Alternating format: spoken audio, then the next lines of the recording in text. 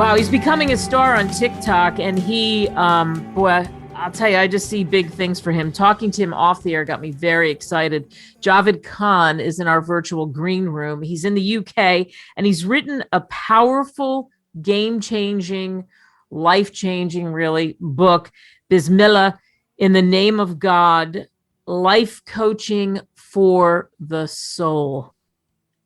Javed, thanks for coming on. Thank you very much for having me, Kate. So tell me the road to this book. Why did you write this book? I wrote the book because of my frustration at how long it took me to actually find myself. And the frustration came because we never actually see ourselves in the true light that God sees us or the universe sees us.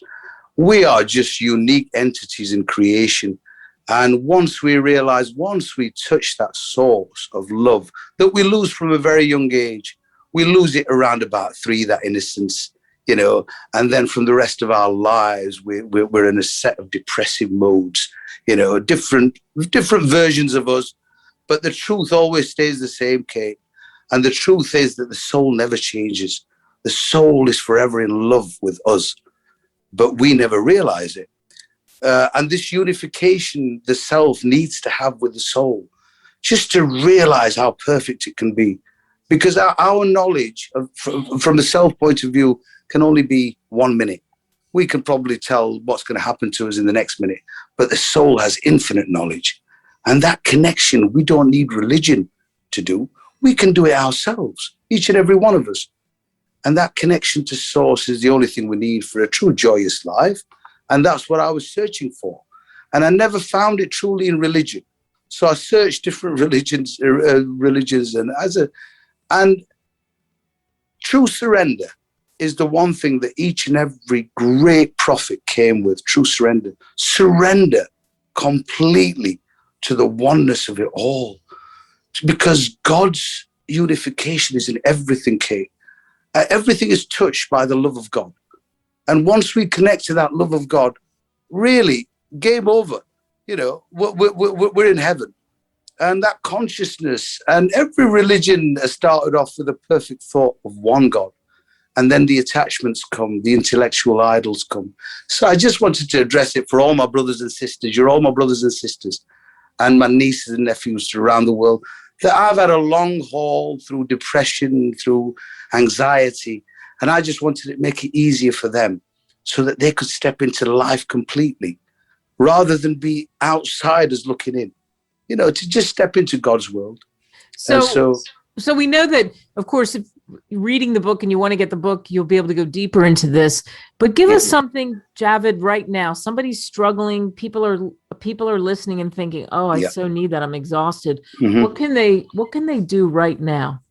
Right now, you can stop and you can just analyze your life, analyze yourself. And God talks to you all the time. Forever the conversation goes on. It's the difference is who's listening. So the person who listens to their soul, that intuitive, our consciousness, our conscience, that little guilt, that's our soul. And every time we detract from the truth, we took away from it. And most of us live conditional lives. We go into conditional love. We need to address unconditional love. Unconditional love has no boundaries. There is no labels. God doesn't see you as a label. He doesn't see black, white, yellow. He sees you as one, and his consciousness. And every religion speaks of the breath of God going into every soul. The breath of God. So every soul is an individuation of divinity. We just have to take away all these labels, Kate, and come to spiritual unity and that oneness. And then the energy of the devil. I mean, when I speak about the devil, I speak about the energy of evil. Then that has no place, no relevance. Because once the purity of life is known, everything is okay. But most of us live our lives in how others feel about us, how we dress for other people. We never actually ask our souls, what do you think? What do you think of me?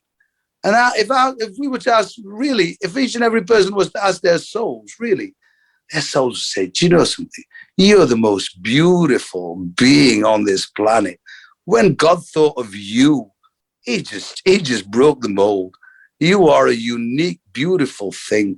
Why do you go through your life, condition after condition? Why do you do this to yourself? And most of us live tortuous lives. And this suicide, the United Against Suicide, is to address the fact that a lot of drug-related, alcohol-related, that's slow suicide.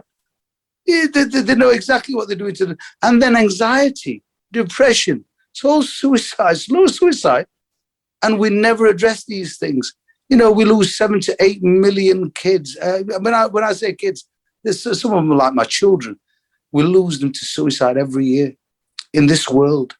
Those are beautiful souls, Kate. They don't need to go, but we never, and we've lost empathy.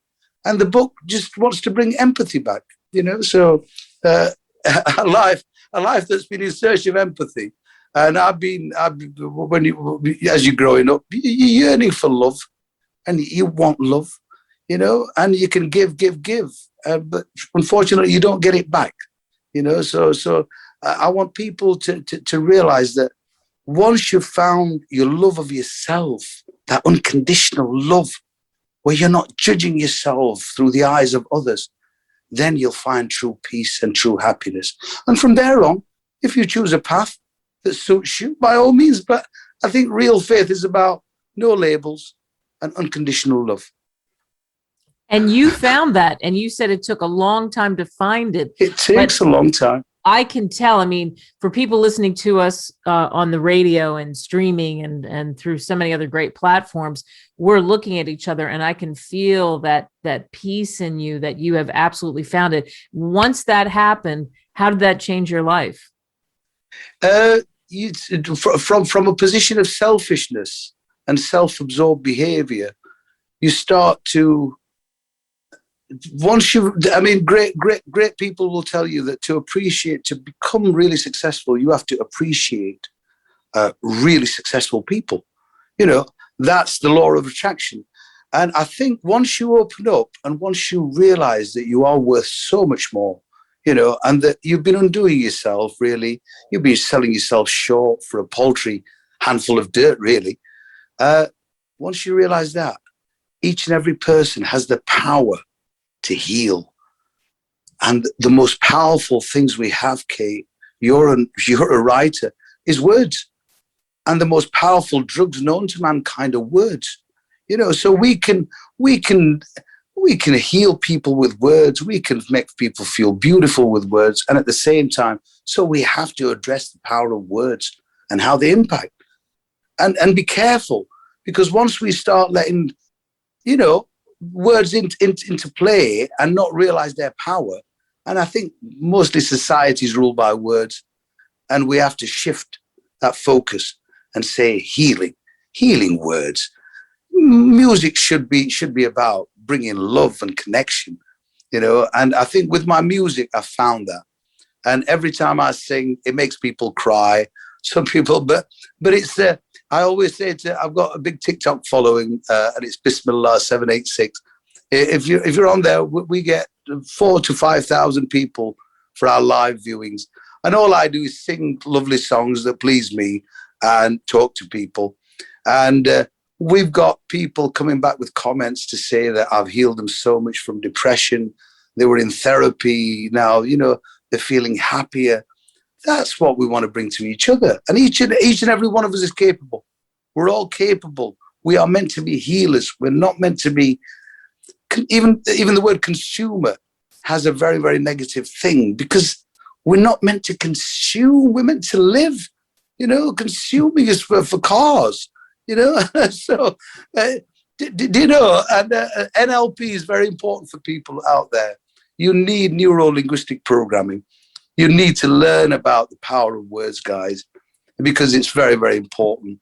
And like I say, each and every person, and we're the best ones that bring a depression to ourselves. We're the best ones. Each one of us is a qualified PhD, in going into depressive modes and everything. We need to come out of that conditioning, guys, and focus on the positives, because each and every one of us is capable of true joyous happiness, but we need to give much more than we receive. And then once we do that, once our love for ourselves is complete, then you start giving. Once you start giving, it replenishes and it keeps getting fuller. And before long, the glass isn't half empty anymore. It's completely full. And then you can go through life. Each and every moment means so much more then, and it just grows and grows. So, yeah. And so I think you're a beautiful soul, and I think what you're sharing with us is amazing. And I want people to get your book, Bismillah, In the Name of God, Life Coaching, again, for the soul. Javed Khan, wow, what a pleasure to have you on the show. We could talk all day. We're out of time, but it was a pleasure having you on. Thank you very much for your time, Kate, and God bless you.